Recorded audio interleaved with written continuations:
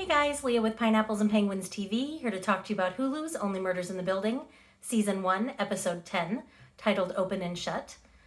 This episode is narrated by Tim Kono, and it is the final episode of the first season. Thankfully, it has been picked up for a second season already because this episode ends on a cliffhanger. Alright, if you're watching this, I assume that you have already seen the episode because spoilers, so many spoilers. We're going to talk about who the killer is. Your 2-minute or so talk starts now. Jan's the killer. Let's just get it right out there. She killed Tim Kono. We're going to break that all down for you, but I just had to say it. I've just been too pent up. Whew. Okay, now, Charles comes home from the symphony early after his shock that Jan lied about being first chair.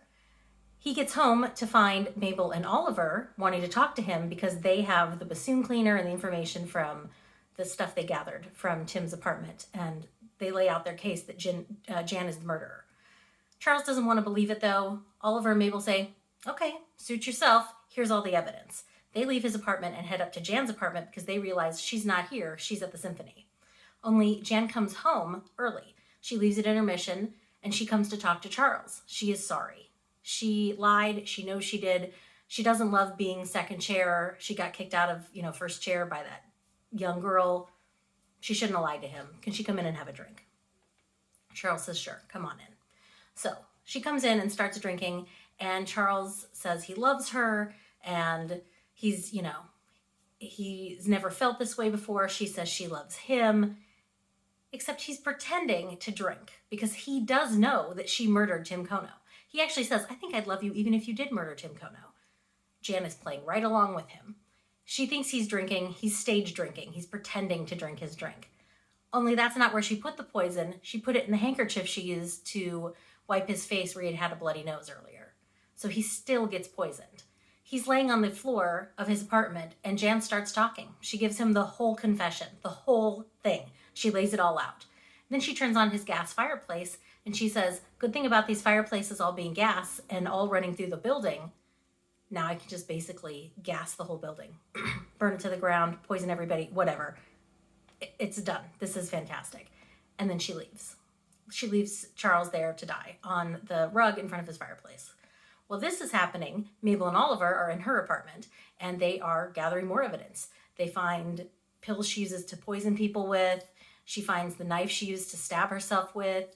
They find the emerald ring that was the ring Zoe had been wearing right before she died, the one that Tim had been looking for to take down the Demuses. They find it in Jan's apartment. So they now know for sure she's the killer. They rush back upstairs to tell Charles this and give him the rest of the evidence, except he's not there. They keep missing each other in the elevator. He has managed to roll himself out of his apartment and into the elevator. Everybody just thinks he's drunk, though, so they don't really care, and they send him back up to his floor. Turns out, the whole time Jan was giving her confession, he had been recording it secretly. So he has the whole confession on tape. Charles and Mabel and Oliver, everybody finally ends up on the same floor. They find the phone, they open it, they have all of her confession in the phone, and they realize that Charles needs to get his stomach pumped, but they don't have time yet. So they give him gut milk in order to stop the flow of poison, I guess.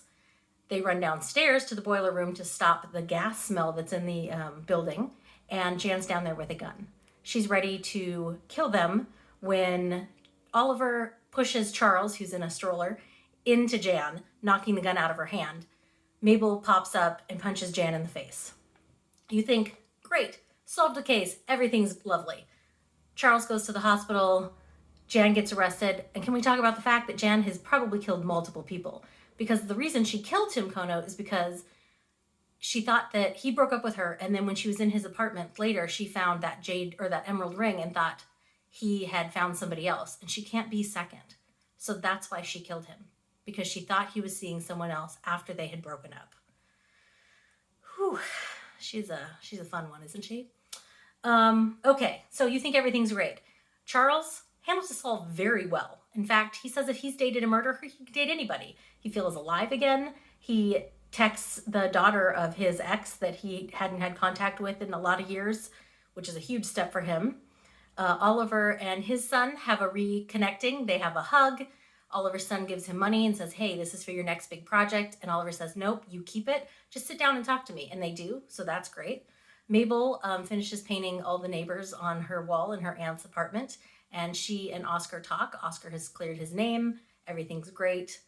They go up onto the roof later to celebrate and drink champagne. And they're having a grand old time. Only Mabel, they run out of champagne, so Mabel runs back down to her apartment to get champagne, and while she's gone, the boys get a text that says, get out of the building now, from an unknown number, 3 exclamation marks. They hear sirens, they can't leave Mabel, so they run down to get Mabel, only to find her over tie-dye guy's body, except it's not tie-dye guy, it is Bunny, and she has one of Mabel's knitting needles in her chest. Mabel says it's not what it looks like. I opened the door and she stumbled in and died right here. Well, SWAT's already there. They got there awfully fast. And so they arrest Mabel and Oliver and Charles. Mabel is covered in Bunny's blood. As they're walking out of the Arconia handcuffed, the cop who's been working on the Tim Kono case tells them to not say a word. Makes me wonder if she was the one that sent the text. But it doesn't matter. They get put into cop cars and are driven off. And there you see Tina Fey's character, Cinda. And she somehow made it there too at the same time. Someone must have called her. And she's recording, her assistant's recording, and her assistant says, well, I guess, this can be only murderers in the building. And Cinda says, yep, that's it. That's my new show. And that's the end of the episode.